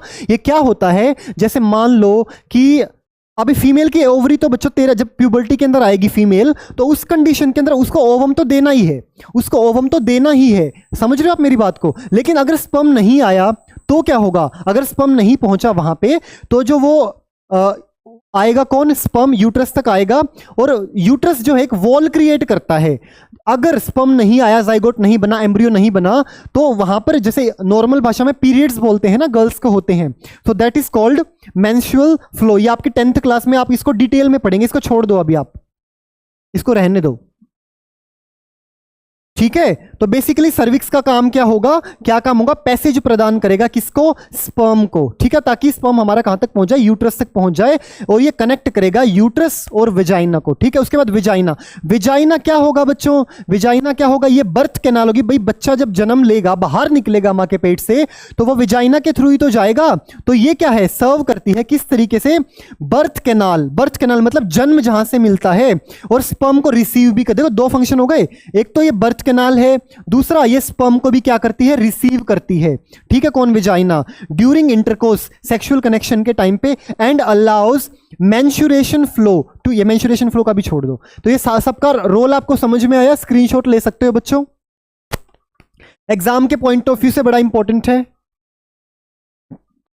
अब प्रोसेस क्या होगी, सबसे पहले ओव्यूलेशन होगा। ओव्यूलेशन का मतलब क्या होता है, जो मेच्योर एग्स जो हैं जिनको हम ओवम बोलते हैं, वो कहां पर आएंगे, फेलोपियन ट्यूब में आएंगे, ठीक है। कौन भेजेगा उनको, ओवरी से निकल कर आएंगे। उस प्रोसेस को हम क्या बोल देंगे, ovulation is the process when an ovary क्या करे, release a mature egg every month, हर महीने एक होगा, कभी उस ओवरी में कभी इस ओवरी में, ठीक है, इनटू द फेलोपियन ट्यूब के अंदर फिर फर्टिलाइजेशन एक ऐसी प्रोसेस है बच्चों, मेल का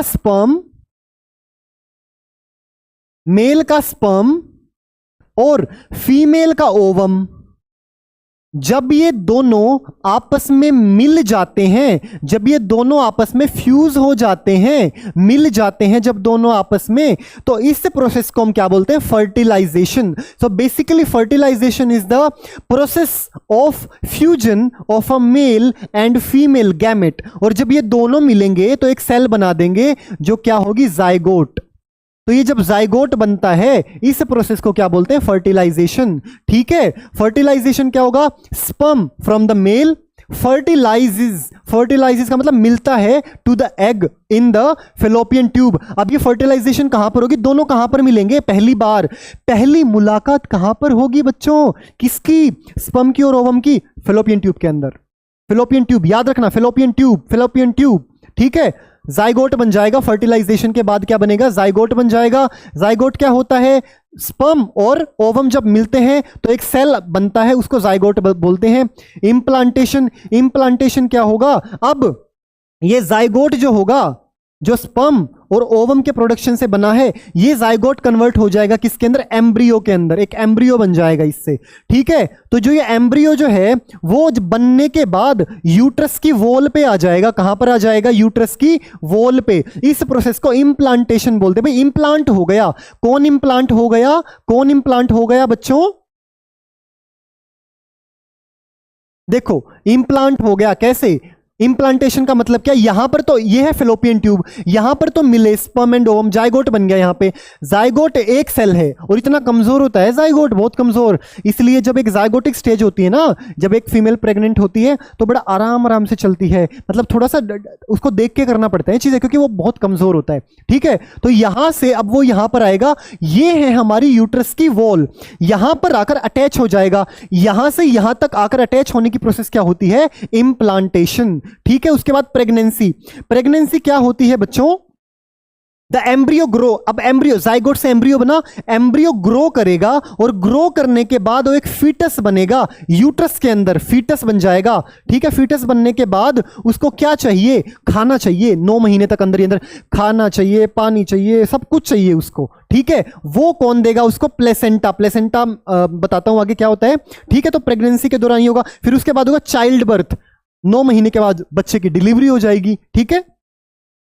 So after about 9 months, the baby is delivered through the vagina, normal delivery और बाय सी सेक्शन, ये या तो सी सेक्शन के थ्रू होगी या नॉर्मल डिलीवरी हो जाएगी, ठीक है। तो कौन कौन से प्रोसेस होंगे फीमेल के अंदर, ओव्यूलेशन, ओवम का creation, fertilisation, sperm and ovum का मिलना, उसके बाद जाइगोट की फॉर्मेशन, मिलने के बाद स्पर्म ओवम मिलने के बाद जाइगोट बनाएंगे, वो जाइगोट एम्ब्रियो बनाएगा, वो एम्ब्रियो किसके अंदर इंप्लांट होगा, किसके अंदर इंप्लांट होगा, किसके अंदर होगा, यूट्रस के अंदर। फिर 9 महीने तक वो वहीं पर रहेगा यूट्रस, जिसको हम क्या बोलते हैं, गेस्टेशन पीरियड बोल देते हैं। उसके बाद डिलीवरी, ठीक है। अब ये प्रोसेसेस देख लो बच्चों, पहला प्रोसेस गैमेट की, तो पहली प्रोसेस मेल के अंदर क्या बना, स्पर्म, जिस प्रोसेस को क्या बोलेंगे, स्पर्मेटोजेनेसिस। फीमेल के अंदर क्या बना, फीमेल के अंदर क्या बना, ओवम, जिसको क्या बोलेंगे, ऊजेनेसिस। अब ये दोनों मिले, एक जाइगोट बना, जाइगोट से एक क्या बना, एम्ब्रियो बना, एम्ब्रियो से क्या बना, फीटस बना, फीटस के बाद एक बच्चा ही पैदा हो गया, फिर एक चाइल्ड मिल गया हमारे को। ये सारी प्रोसेस है बच्चों, ठीक है।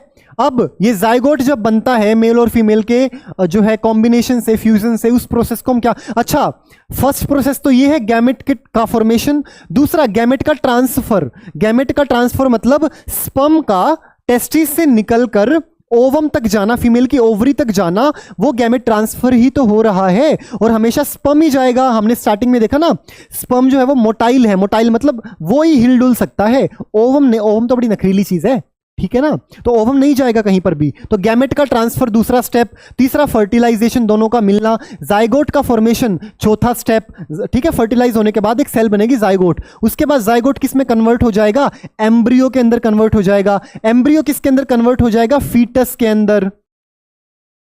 अब फीटस से फिर ये छोड़ दिया, यहां पर हमारे एडिटर ने छोड़ देते हैं भाई, सैलरी काट लें, हमारे एडिटर की सैलरी काट लेते हैं। देखो ये छोड़ दिया फीटस, एम्ब्रियो के बाद फीटस, फीटस के बाद ग्रोथ इनटू ऑफ स्प्रिंग, एक ऑफ स्प्रिंग का मतलब बेबी, स्मॉल बेबी, वो बन जाएगा। तो ये सारी प्रोसेस है जो आपको बच्चों याद रखनी है।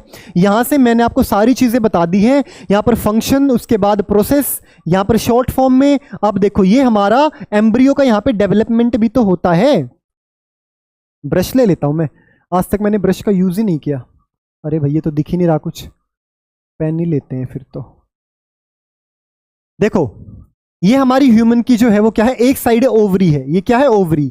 होगा क्या, एम्ब्रियो डेवलपमेंट एक टॉपिक है। एम्ब्रियो का मतलब एम्ब्रियो कहां से आया, जाइगोट के बाद एम्ब्रियो आया, ठीक है। यहां से ये देखो, यहां पे हमारे बहुत सारे क्या पड़े होंगे, ओवम। यहां से ये ओवम जब ओव्यूलेशन की प्रोसेस होगी तो मेच्योर ओवम यहां पर आएगा। यहां पर मान लो एक ये ओवम आ गया, ये आ गया ओवम, और यहां से कौन ट्रेवल करके आएगा, स्पर्म। स्पर्म और ओवम मिलने के बाद एक क्या बन गया, जाइगोट। अब ये जाइगोट सिंगल सेल है, एक सेल है। अब ये सेल डिवाइड करेगा, दो में बन जाएगा, बदल जाएगा। ये दो से फिर 4 सेल बनेंगी, 4 से फिर 8 सेल बनेंगी, 8 से 16 सेल बनेंगी। ऐसे सेल का नंबर बढ़ता जाएगा ना। हाँ, ह्यूमन बॉडी क्या है, सेल का ही तो कॉम्बिनेशन है। वो सेल बनती कैसे, ऐसे ही तो स्टार्टिंग होती है। तो पहले ओव्यूलेशन यहां से निकल के आया जाइगोट। जाइगोट डिवाइड करता जाएगा, सेल डिवीजन करता जाएगा, थोड़े से बड़े, थोड़े से बड़े, थोड़े से बड़े। यहां पे देखो और ज्यादा है, यहां पे और ज्यादा है। अब यहां पर आकर यूट्रस के अंदर, यूट्रस की दीवार से ही अटैच हो जाएगा और ये एम्ब्रियो बन जाएगा। एम्ब्रियो फिर बढ़ते बढ़ते बढ़ते बढ़ते फीटस बन जाएगा। तो एम्ब्रियो डेवलपमेंट ऐसे होती है। जाइगोट से क्या बनता है, एम्ब्रियो। वो एम्ब्रियो अटैच हो जाता है कहां पर, इस वॉल के ऊपर। ये हमारी यूट्रस की वॉल है, ठीक है। चलो आगे चलते हैं। ये देखो बच्चों, डेवलपिंग एम्ब्रियो। ये देखो, ये यूट्रस की वॉल है। यहां पर ये एम्ब्रियो अपना सेल का नंबर बढ़ाता जाएगा और एक नया ऑर्गेनिज्म बना देगा, एक नया बेबी बना देगा, ठीक है। ये यूट्रस की वॉल है और ये हमारा डेवलपिंग एम्ब्रियो, ऐसा एम्ब्रियो जो डेवलपमेंट कर रहा है। चलो नेक्स्ट, थोड़ा सा इसको हम बच्चों 3D एनिमेशन की हेल्प से देखते हैं इस प्रोसेस को एक बार। देखो, ये हमारे देख रहे हैं स्पर्म, कितनी रफ्तार से ये भागे भागे आ रहे हैं। सारे स्पर्म किसके पास जा रहे हैं, सारे स्पर्म किसके पास भाग रहे हैं, ओवम के पास, ठीक है। ह्यूमन विजाइना के थ्रू, यूट्रस के थ्रू, फिलोपियन ट्यूब में होते हुए। आधे तो रास्ते में ही मर जाएंगे। आधे रास्ते में क्यों मर जाएंगे, क्योंकि इनके पास क्या है, इतनी एनर्जी नहीं है कि भाई पहुंच जाएं। और फीमेल ओवम को एक ही चाहिए, एक ही चाहिए। देखो सारे भागो भागो भागो, भागते जाओ भागते जाओ भागते जाओ भागते जाओ। आधे तो मर गए, ये मर गए, सारे मर गए, थोड़े से बचे। अब देखो बिल्कुल थोड़े से बचे हैं, ये थोड़े से। देखो इनमें से भी मर जाएंगे आधे, इनमें से भी आधे रास्ते में ही मर जाएंगे, ठीक है। अब ये चलते गए चलते गए चलते गए, ये सारे के सारे एक ओवम होगा, एक ओवम से जाके टकराएंगे। कुछ एक जो लास्ट में जो जीत जाएंगे रेस को, उनको एक और कंपटीशन देना है बच्चों। अभी तो एक सारे टकराए, एक एंट्री करेगा, एक एंट्री करेगा, उसका भी टेल बाहर रह जाएगी स्पर्म की। ये स्पर्म की टेल बाहर, ये ओवम क्या बोलेगा, भाई पूंछ को बाहर रख, केवल किसको अंदर आने दो, न्यूक्लियस को। वो न्यूक्लियस अंदर आया और फिर उसके बाद दोनों ने फ्यूज करके एक जाइगोट बना दिया। ये सारी how beautifully we have seen here. अब फर्टिलाइजेशन दो तरीके से हो सकती है बच्चों।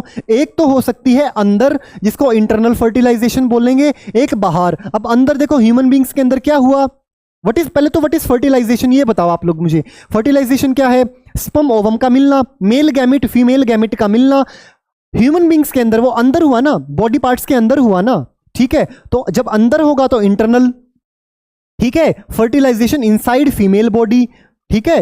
ये हमारा ओवम है, ये स्पर्म है, दोनों मिले, दोनों अंदर ही अंदर हो रहा है सारा काम, ये बाहर नहीं। लेकिन जब फर्टिलाइजेशन आउटसाइड, मतलब फीमेल बॉडी के बाहर होगी, जैसे मछलियां हैं, स्टारफिश है, फ्रॉग है, ये क्या करते हैं, अपने जो गैमेट्स हैं वो पानी में छोड़ देते हैं, फिर पानी में ढूंढते, फिर वो स्पर्म ओवम के पास जाएगा, ओवम स्पर्म के पास। तो ऐसे करते करते करते करते फर्टिलाइजेशन बाहर होगी, फीमेल बॉडी से बाहर, ठीक है। तो वो एक्सटर्नल फर्टिलाइजेशन होगी।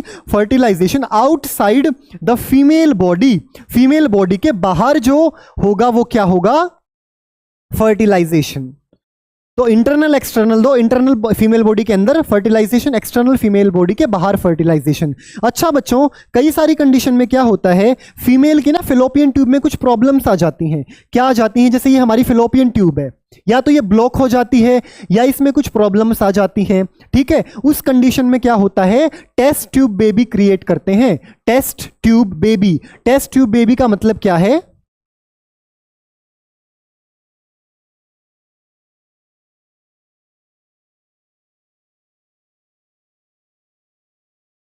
मतलब बेबी तो फिर भी हो सकता है। कैसे हो सकता है, देखो इसको हम बोलते हैं इन विट्रो फर्टिलाइजेशन, आईवीएफ, दूसरी भाषा में आईवीएफ। आपके एनसीईआरटी में है, इंपॉर्टेंट टॉपिक है, एक बार देख लो बच्चों। आईवीएफ, इसमें क्या करेंगे, देखो यहां पे एग है, यहां पे प्रॉब्लम है तो भाई ये इस फेलोपियन ट्यूब में दिक्कत है तो ये यहां तक आ ही नहीं पाएगा। फेलोपियन ट्यूब में अगर प्रॉब्लम है तो भी फेलोपियन ट्यूब में ही तो मिलना है किसको, स्पर्म और ओवम को। तो हम क्या करते हैं बच्चों, यहां से उठाएंगे, चाहे वो इंजेक्शन के थ्रू उठाएं चाहे किसी भी मेथड के थ्रू उठाएं, एक ओवम को उठा लेंगे, एक ओवम को उठा लेंगे। पहला प्रोसेस क्या हुआ, हमने ओवम को उठा लिया, कहां से, फीमेल की ओवरी से, ओवरी से एक ओवम उठा लिया, उसको हमने टेस्ट ट्यूब के अंदर डाल दिया, ये ओवम डाल दिया यहां पर, एक्सटर्नल मतलब बाहर, एक्सटर्नल, ठीक है। उसके बाद यहां पे काफी सारे स्पर्म छोड़ दिए, काफी सारे स्पर्म छोड़ दिए, ठीक है। अब ये सारे स्पर्म ओवम की तरफ भागेंगे, हम अंदर जाएंगे, हम अंदर जाएंगे, एक ही अंदर जा पाएगा। सेकंड स्टेप में क्या होगा, टेस्ट ट्यूब के अंदर फर्टिलाइजेशन होगा, मतलब आउटर मतलब बाहर टेस्ट ट्यूब के अंदर क्या होगा, फर्टिलाइजेशन होगा, एक जाइगोट बन जाएगा, जाइगोट। थर्ड देखो, पहला तो एग को पिक करेंगे, एग को पिक करने के बाद सेकंड क्या है, स्पर्म का प्रिपरेशन, स्पर्म को भेजेंगे इसके पास, एग को फर्टिलाइज करवाएंगे इसी टेस्ट ट्यूब के अंदर, फिर इसको एक एनवायरनमेंट देंगे ताकि वो एम्ब्रियो में कन्वर्ट हो जाए। तो ये जो है ना, यहां पर हम क्या बनाएंगे, एक जाइगोट बना दिया, जाइगोट की सेल डिवाइड करेंगी। थर्ड स्टेप में हमने क्या किया, फर्टिलाइजेशन करवाई, फिर एम्ब्रियो का डेवलपमेंट करवाया। फोर्थ स्टेप के अंदर एम्ब्रियो मतलब जाइगोट से जो बार बार सेल डिवाइड करके एक बन गया एम्ब्रियो, ये हमारा एम्ब्रियो बन गया। इस एम्ब्रियो को हमने क्या किया, भाई एम्ब्रियो ही तो है जो बाद में फीटस और बेबी बनता है, तो इस एम्ब्रियो को, अब हमारे को फेलोपियन ट्यूब की रिक्वायरमेंट नहीं है, हो गया वो काम। फेलोपियन ट्यूब का काम क्या था, जाइगोट को बनाना, अब हमारा काम ही हो गया सारा, जाइगोट बन गया, एम्ब्रियो बन गया। अब इस एम्ब्रियो को कहां पर इंप्लांट कर दो, यहां पर, बस यहां पर इंप्लांट होगा।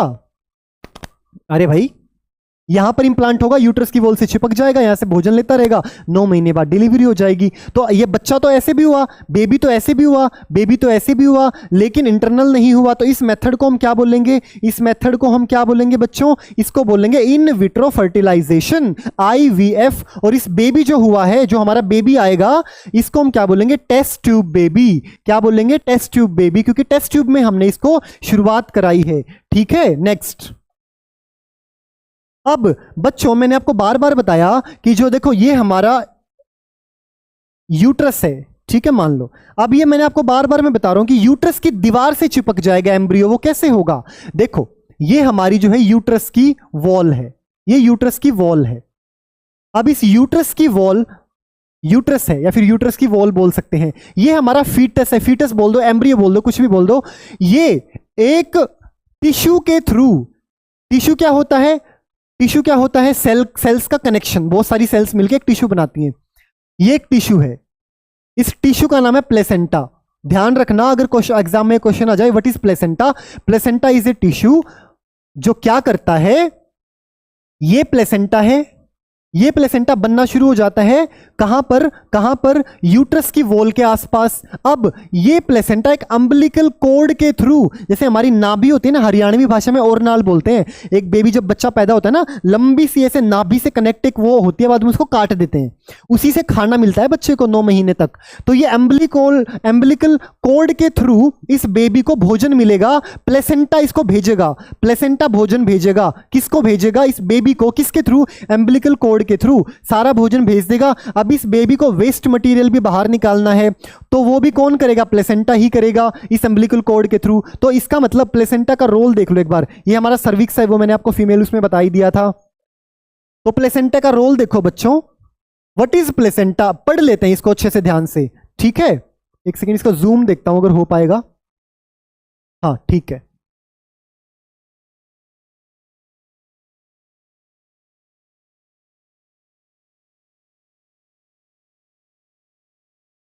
चलो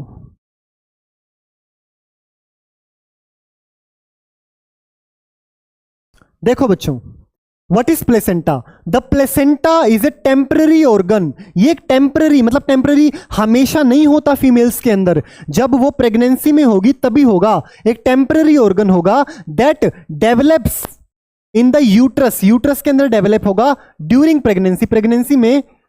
इट कनेक्ट्स द मदर, ये मम्मी को, एंड द फीटस मतलब उस बच्चे को जोड़ता है, मतलब अपकमिंग बच्चा, through the umbilical cord, umbilical cord मैंने आपको दिखाई। फिर उसके बाद एक्सचेंज ऑफ ऑक्सीजन, भाई बच्चे को ऑक्सीजन चाहिए, भोजन चाहिए, न्यूट्रिएंट्स चाहिए, और वेस्ट भी फिर उसको बाहर निकालना है।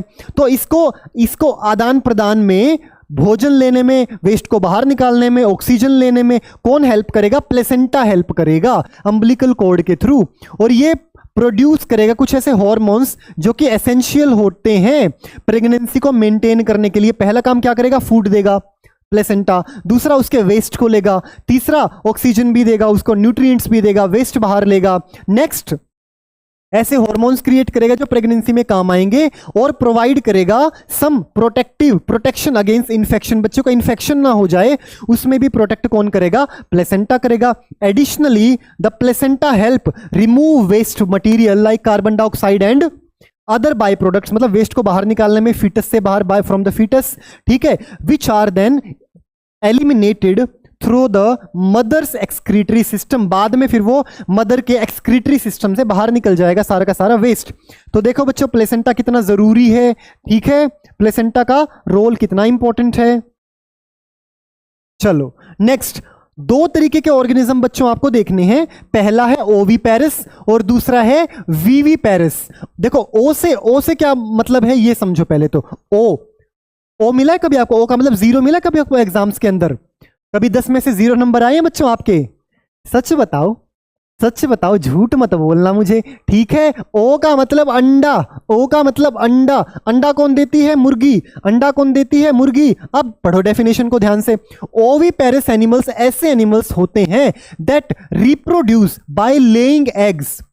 अभी फीमेल, हम लोग, क्या आपकी मम्मी ने, या सॉरी आपका जो फीमेल का जो रिप्रोडक्टिव सिस्टम है क्या इस तरीके से डिजाइंड है कि कोई भी ह्यूमन फीमेल वो अंडा दे और उस अंडे में से हम निकले? नहीं ना, सारा कुछ अंदर ही तो अंदर होता है 9 महीने तक। ऐसे ही ओविपेरस जो एनिमल्स होते हैं, ओविपेरस जो होंगे, जैसे हैन है, ये है ओविपेरस एनिमल जो अंडे के थ्रू क्या करती है, मतलब फर्टिलाइजेशन अंदर होगा, बाद में एक एग को ये बाहर निकालेगी, फिर इसको मतलब वार्मनेस देगी, गर्मी देगी इसके ऊपर बैठ के, फिर जैसे ये मैच्योर हो जाएगा बच्चा अंदर वो बाहर निकलाएगा।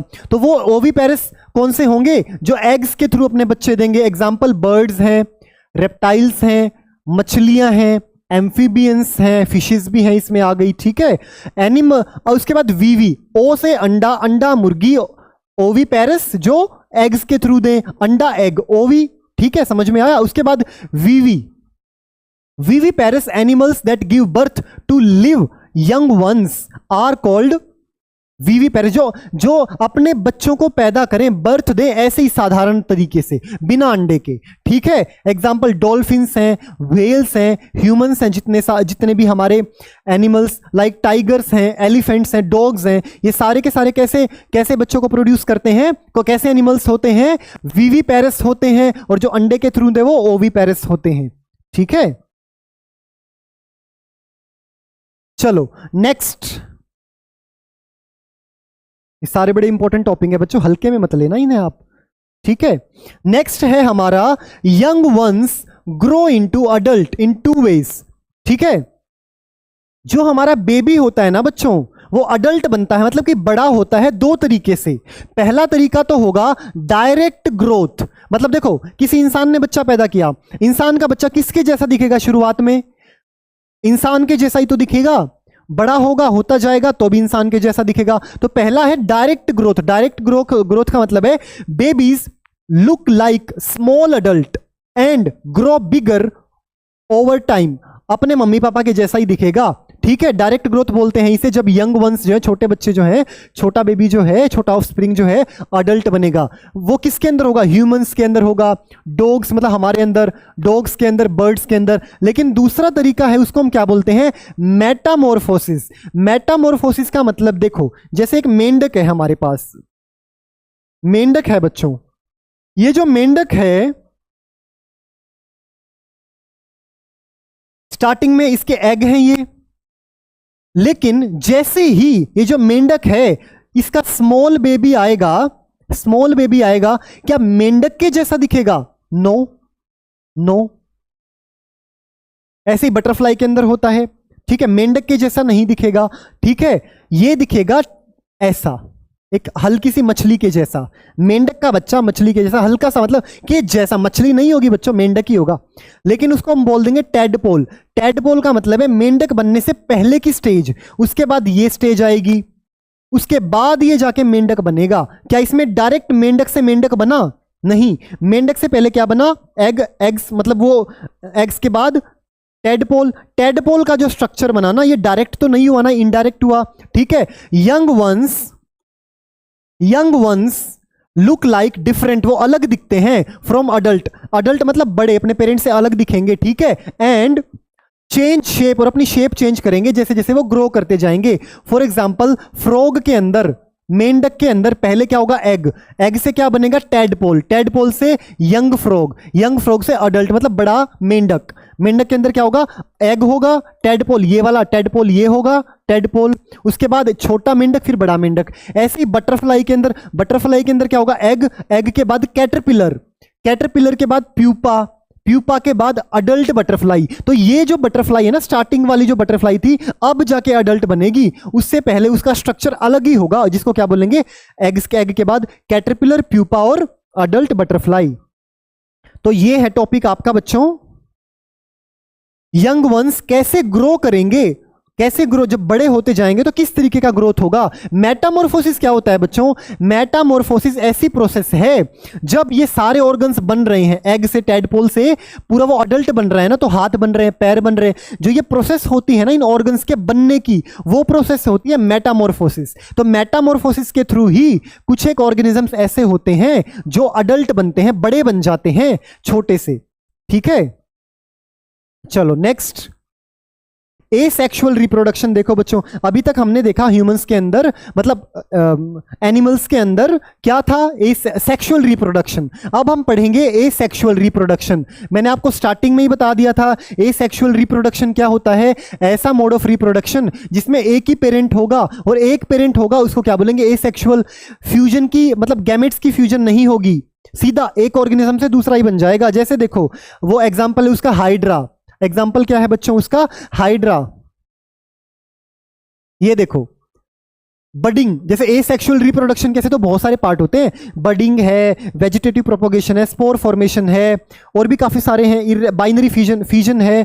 6 तरीके के होते हैं, लेकिन आपके 8th क्लास में केवल 2 ही हैं, वो हमें 2 ही पढ़ने हैं। ठीक है, तो बडिंग, तो पहला एसेक्सुअल रिप्रोडक्शन का एग्जाम्पल है budding. It is an asexual reproduction method in which organism develop from a bud of an existing organism। Hydra. Hydra एक एनिमल है बच्चों, प्लांट मत मान लेना आप इसे, बहुत सारे बच्चे इसे प्लांट मान के चलते हैं। This is a small animal, एक स्मॉल एनिमल होता है, multi cellular organism. Organism 2 type के होते हैं, एक यूनिसेल्यूलर, एक मल्टी सेल्यूलर। यूनिसेल्यूलर जो एक ही सेल का पूरा ऑर्गेनिज्म है, मल्टी सेल्यूलर जिसमें काफी सारे ऑर्गेनिजम्स, काफी सारे सेल से मिलकर एक ऑर्गेनिज्म बना है। ठीक है, तो ये एक एनिमल है, इसकी हाइड्रा, हाइड्रा इसका नाम है। तो हाइड्रा के अंदर क्या होगा? एसेक्सुअल रिप्रोडक्शन होगा। ये है पेरेंट हाइड्रा। ठीक है, पेरेंट हाइड्रा से छोटा सा बड। अब इसको बडिंग क्यों बोलते हैं? क्योंकि ये बड, ये तो है बच्चों बड, ये छोटा सा बड पहले निकलता है, ये बड डेवलप होता जाता है। ठीक है, बट धीरे धीरे बड़ा होता जाता है। बड़ा होने के बाद ये अपने पेरेंट से और बड़ा होगा, फिर अलग हो जाएगा, और 1 से 2 हाइड्रा बन जाएंगे। हो गया रिप्रोडक्शन। पेरेंट हाइड्रा ने बेबी हाइड्रा को पैदा कर दिया, दिस इज रिप्रोडक्शन। लेकिन क्या इसमें हमने गैमेट की फ्यूजन करवाई? नहीं करवाई। That's why this is asexual, मतलब एक ही पेरेंट से बच्चा आ जाए। अब यहाँ पे वेरिएशन, मतलब कि चेंजेस हमारे को कम देखने को मिलेंगे, क्योंकि एक ही पेरेंट का सारा आगे डीएनए पास आउट होता है, एक ही पेरेंट की चीजें आगे पास आउट होती हैं। सेक्सुअल में क्या होगा? बहुत सारे कैरेक्टर मम्मी से आएंगे, और बहुत सारे कैरेक्टर जो है वो पापा से आएंगे। तो कुछ मम्मी के, कुछ पापा के अलग बच्चा हो जाता है, लेकिन इसमें ऑलमोस्ट सेम होता है सारा बच्चा जो है, ऑलमोस्ट कैरेक्टर सारे सेम होते हैं। तो हाइड्रा के अंदर क्या होता है? Asexual reproduction through budding. चलो एक बार इसको 3D एनिमेशन की हेल्प से हम देख लेते हैं बच्चों। ये हमारा हाइड्रा है, ये हाइड्रा के टेंटिकल्स हैं, जो टेंटिकल्स क्या करते हैं? इसको भोजन, खाना खाने में हेल्प करते हैं। इसको खाने को, इसका माउथ है हाइड्रा का, ये ऐसे खाने को पहुंचाते हैं इसके माउथ तक। अब ये छोटा सा बर्ड निकला, देखो ध्यान से देखना, छोटा सा बर्ड निकला, ये बर्ड जो है बड़ा होने लग रहा है। अब देखो बड़ा हो रहा है धीरे धीरे। अब ये बर्ड, ये और टेंटिकल्स निकला, ये छोटा सा हाइड्रा बन गया। अब ये इससे बड़ा होके बिल्कुल अलग हो जाएगा और एक नया हाइड्रा बना देगा। This is a separate daughter hydra. अब ये वापस बड़ा हो जाएगा, ये भी एक पेरेंट बन जाएगा, और इससे फिर एक हाइड्रा, उससे फिर एक हाइड्रा, और ये बड़ा फास्ट प्रोसेस होता है सेक्सुअल रिप्रोडक्शन के मुकाबले। ठीक है, सेकंड हमारी टाइप है binary fusion in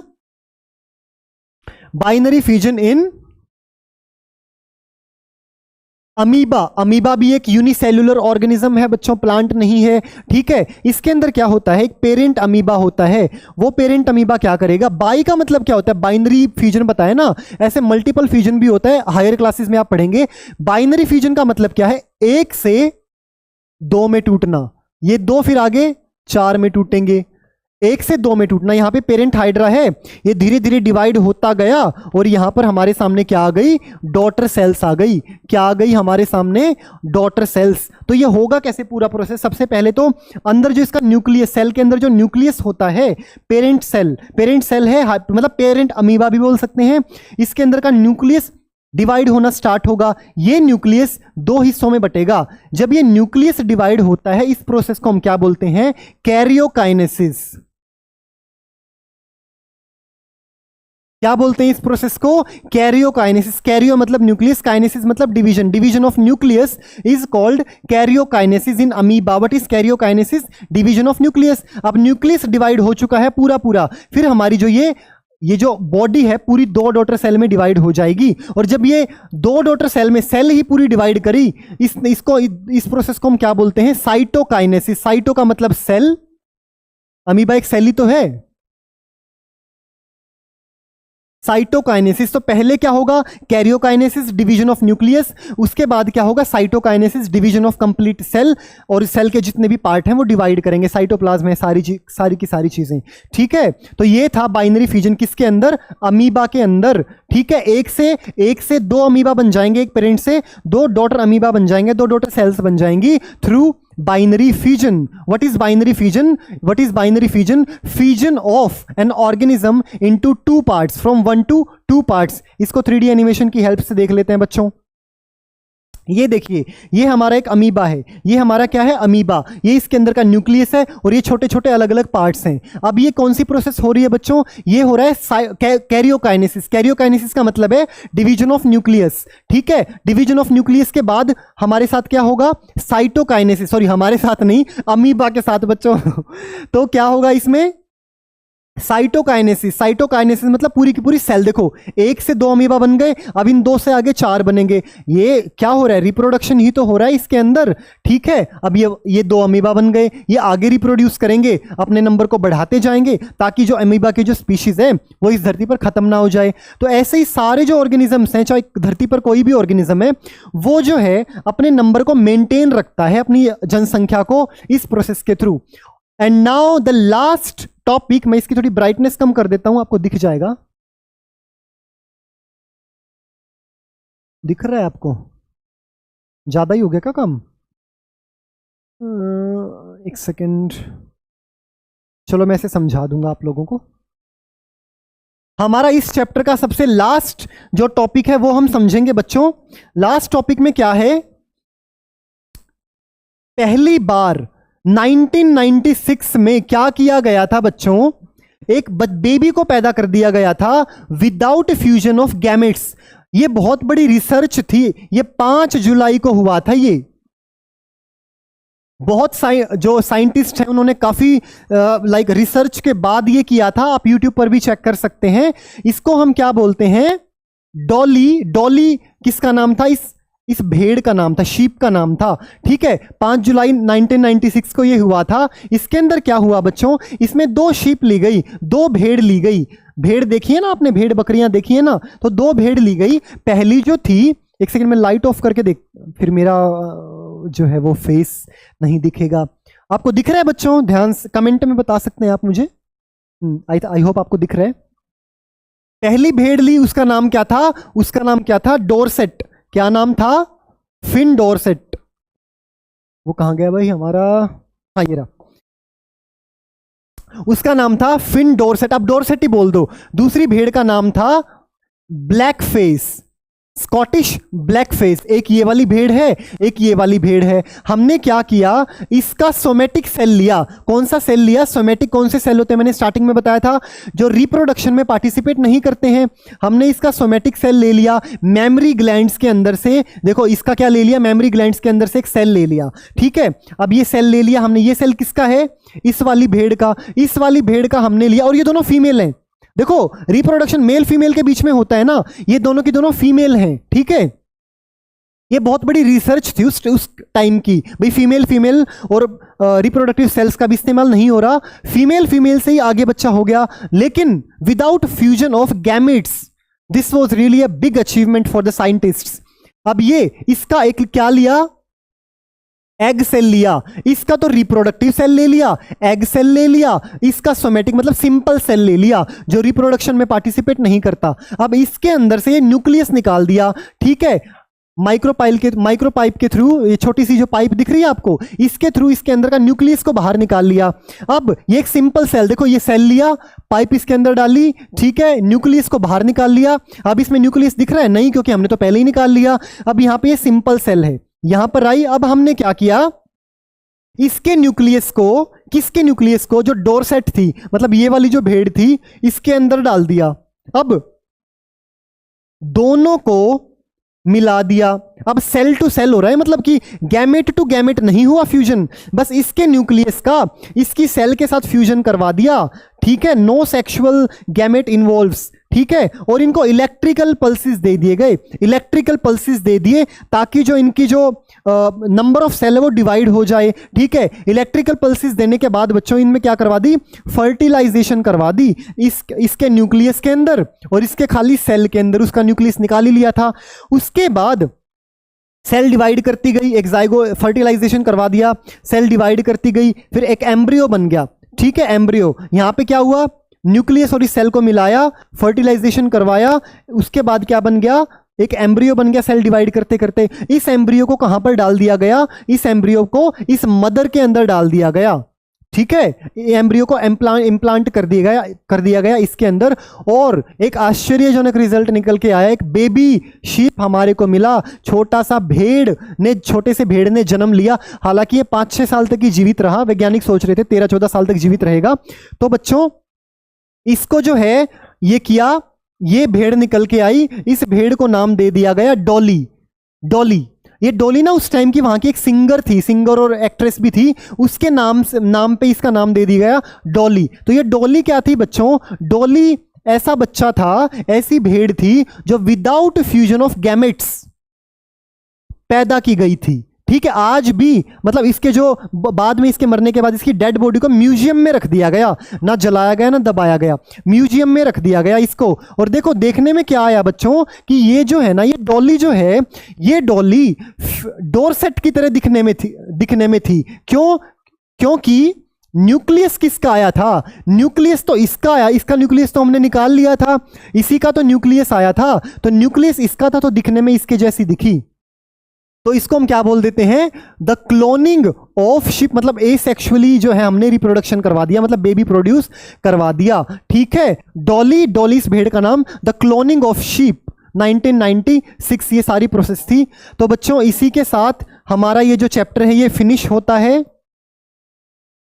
so thank you very much to all of you, बहुत बहुत शुक्रिया आपका, आपने पूरी वीडियो को बड़े ध्यान से देखा। लेकिन बच्चों ये बड़ा इंपॉर्टेंट चैप्टर था हमारे लिए, क्योंकि आगे की क्लासेस में, हायर क्लासेस में भी हमारे को डिटेल में और ज्यादा डिटेल में पढ़ना पड़ेगा। तो यहां पर हमारे को एक एक कॉन्सेप्ट को बड़े ध्यान से क्लियर करना था, इसलिए हमने इसको बड़े अच्छे से समझा। और इस YouTube चैनल के ऊपर हम हर वीडियो को कवर करेंगे, 8th क्लास की हर साइंस की वीडियो को कवर करेंगे। तो आप चैनल को सब्सक्राइब कर लीजिए और साथ ही में बेल आइकन को प्रेस कर लीजिए। सारी की सारी वीडियो हम धीरे धीरे इस चैनल पर डालते जाएंगे। तब तक के लिए bye bye everyone, we'll see you in the next video.